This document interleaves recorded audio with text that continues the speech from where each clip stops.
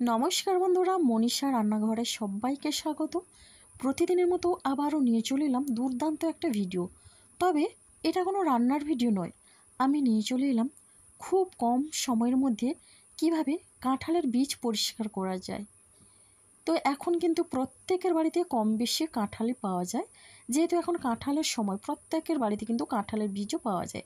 তো এই কাঁঠালের বীজ অল্প সময়ের মধ্যে কিভাবে পরিষ্কার করা যায় আপনারা প্রথম থেকে শেষ পর্যন্ত দেখতে থাকুন, কোনো রকমের স্কিপ করবেন না, তাহলে কিন্তু বুঝতে পারবেন না। তো দেখুন, এখানে আমি 400 গ্রাম কাঁঠালের বীজ নিয়েছি, আর বীজগুলো একেবারে কিন্তু পরিপক্ক। দেখুন নিজে থেকেই কিন্তু বীজগুলো ফেটে গেছে, উপরের এই সাদা খোলের মতো যে অংশটা আছে সেটা কিন্তু ফেটে গেছে।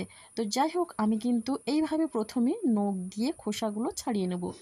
এটাতেও খুব সহজেই ছাড়ানো যায়, তবে আর একটা পদ্ধতি, যেটা ছুরি দিয়ে আমি এই বীজগুলো দুই টুকরো করে নেব।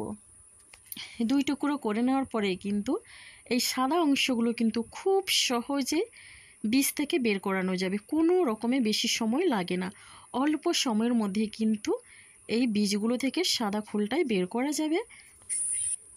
আপনারা অনেকে অনেক রকমভাবে কাঁঠালের বীজ পরিষ্কার করেন, তবে আমি যে পদ্ধতিতে কাঁঠালের বীজটা পরিষ্কার করব, অবশ্যই আপনারা একবার হলেও এটা ট্রাই করবেন।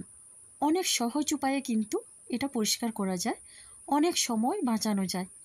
তো বন্ধুরা দেখুন, এইভাবে করে আমি কাঁঠালের বীজগুলো সবগুলো কিন্তু কেটে উপরের সাদা অংশটা আমি পরিষ্কার করে নেব। সাদা অংশটা খুব সহজেই পরিষ্কার করা গেলেও লাল অংশটা কিন্তু পরিষ্কার করতে অনেকটা সময় লেগে যায়। আর এই লাল অংশ কিন্তু অনেক সময় খেলে আমাদের পেটের অনেক রকমের সমস্যা হতে পারে, শরীর খারাপ হয়। তো দেখুন এই লাল অংশটাকেও আমি কিভাবে পরিষ্কার করি, খুব সহজেই কিন্তু করা যায়। আর দেখুন বন্ধুরা, মোটামুটি এই সাদা অংশটা আমি কিন্তু বের করে পরিষ্কার করে নিয়েছি। আর এইভাবে লাল অংশগুলো আপনারা রেখে দিতে পারেন, তবে এই লাল অংশগুলো খুব সহজে পরিষ্কার করা যায় সেটা আমি অবশ্যই দেখাচ্ছি।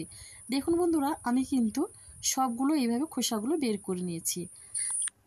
আর এখন চলুন বন্ধুরা আসল কাজটা সেরে নিই। তো এখানে দেখুন, প্রথমে আমি একটা বড় বাটিতে ঈষৎ উষ্ণ গরম জল নিয়েছি। এই জলটা এমন গরম হতে হবে যেন একটা আঙ্গুল ডুবিয়ে রাখা যায়। তো এখানে গরম জলের মধ্যে একটা পাতিলেবুর রস আমি দিয়ে দিচ্ছি। তো পুরোটাই আমি দেব। দেখুন বন্ধুরা, যেহেতু আমার দানার পরিমাণটা এখানে 400 গ্রাম আছে, তার জন্য আমি একটা পাতিলেবুর রস পুরোটাই দিয়ে দিচ্ছি। এরপরে দেখুন পাতিলেবুর রসটা পুরোপুরি দিয়ে দিলাম। তো এখানে একটা দানা পড়ে গেছে, কোনো রকম এখানে দানাটা রাখার দরকার নেই।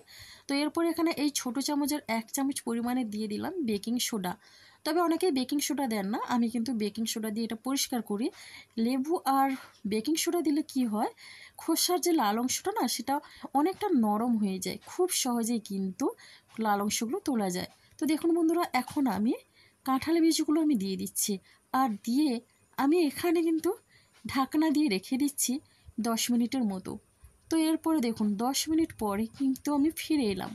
10 মিনিট পরে আমি এটা হাতের সাহায্যে বেশ ভালো করে ঘষে ঘষে পরিষ্কার করে নেব। তো এইভাবে কিন্তু ঘষে ঘষে পরিষ্কার করলে এই লাল অংশটা চলে যায়, তবে এটা সময়ের সাপেক্ষ, তো এটাতে কিন্তু একটু বেশি সময় লাগে। তো দেখুন এইভাবে না নখ দিয়ে একটু চাপ দিলেই কিন্তু খোসাগুলো খুব সহজে তোলা যাচ্ছে। দেখুন বন্ধুরা, এইভাবে খোসাগুলি কিন্তু আমি তুলে নিচ্ছি। তবে আর একটা পদ্ধতি, যেটা কিন্তু খুব সহজেই কাঁঠালের বীজ থেকে এই লাল অংশটা পরিষ্কার করবে। তো দেখুন বন্ধুরা, এরপরে এখানে আমি নিয়েছি একটা বোতল। তো আমার এখানে বোতলটা কিন্তু ছোট সাইজের বোতল। তো এই বোতলের মধ্যে আমি কাঁঠালের বীজগুলো ঢুকিয়ে দিচ্ছি। তো আপনারা বড় বোতল নিলে একসঙ্গে কিন্তু সবগুলোই ঢুকে যাবে। তো আমার কাছে সেই রকম বড় বোতল নেই, ছোটো বোতলেই আমি কাঁঠালের বীজগুলো ঢুকিয়ে দিচ্ছি। তো এখন আমি এটা তো দুবারেই তৈরি করে নেব। তো দুবারেই করে কিন্তু আমি এটা পরিষ্কার করে নেব। তো আমার মনে হয় এই পদ্ধতিটা সবথেকে সহজ পদ্ধতি। একবার হলেও এইভাবে ট্রাই করুন, দেখবেন আপনারাও খুব সহজেই কিন্তু এই লাল অংশগুলো তুলে ফেলতে পারেন বীজ থেকে। আর এখন আমি এই বোতলটার মুখটা আটকে দিচ্ছি। এরপরে আমি কিন্তু বোতলটাকে ঝাঁকাতেই থাকবো। এটা ঝাঁকানোর ফলে কাঁঠালের বীজগুলো একে অপরের গায়ে ঘর্ষণ লাগবে, তাতে করে কিন্তু লাল অংশগুলো খুব সহজে কিন্তু তোলা যাবে। তো দেখুন বন্ধুরা, খোসাগুলো কিন্তু খুব সহজে কাঁঠালের বীজ থেকে উঠে গেছে। তো আমি এটা এই বাটিটার মধ্যে ঢেলে নিচ্ছি। তো আগে আমি যেটা করেছিলাম সেটা কিন্তু এই বাটিতে আগের থেকে আমি ঢেলে নিয়েছি। এটা কিন্তু আমি দুবারে বোতলটা ঝাঁকিয়ে এইভাবে খোসা থেকে লাল অংশটা তুলে ফেললাম। তো এখন আমি এই বাটিটার মধ্যে ঢেলে নিব। তো লেবুর রস আর বেকিং সোডা দেওয়ার জন্য কিন্তু খুব সহজেই এই বীজটি পরিষ্কার করা গেছে। আর এখন আমি হাত দিয়ে বেশ ভালো করে চটকে নেব, যাতে যেই লাল অংশগুলো লেগে আছে সেইগুলো যেন খুব সহজেই বীজের গায়ের থেকে চলে যায়। তো এখন আর একটা বাটি নিয়েছি, এবার ওই বাটিতে আমি জল নিয়েছি। এখন এই বীজগুলো আমি বেশ ভালো করে ছেঁকে ছেঁকে তুলে নিচ্ছি, যাতে লাল অংশগুলো বীজের গায়ে না লেগে থাকে।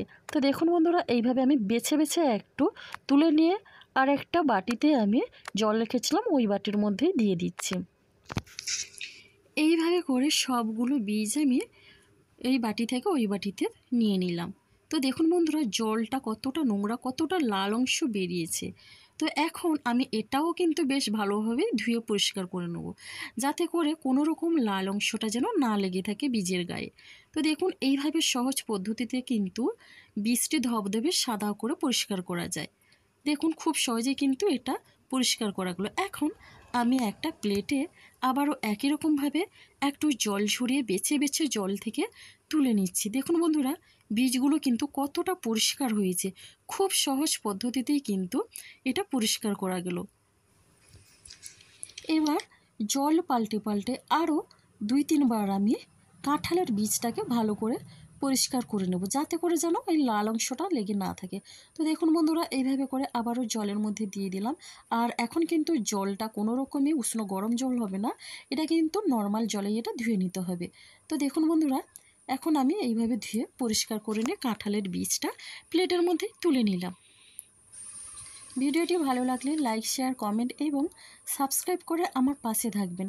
নতুন বন্ধুরা এখনও যারা আমার চ্যানেলটিকে সাবস্ক্রাইব করেনি, প্লিজ সাবস্ক্রাইব করে পাশে থাকা বেল আইকনটি প্রেস করে নোটিফিকেশান অল করে দিন, তাহলে সবার আগে আপনারা আমার নোটিফিকেশান পেয়ে যাবেন। তো বন্ধুরা দেখুন, মোটামুটি আমার কাঁঠালের বীজটা পরিষ্কার করা হয়ে গেল, আর খুব সহজেই কিন্তু পরিষ্কার করা হয়ে গেল, সেটা আপনারা দেখতে পেলেন। তবে আজকের ভিডিওটি এই পর্যন্ত। আগামীকাল আসবো নতুন একটা ভিডিও নিয়ে। আপনারা সবাই সুস্থ থাকুন, ভালো থাকুন। অসংখ্য ধন্যবাদ আর অনেক অনেক ভালো।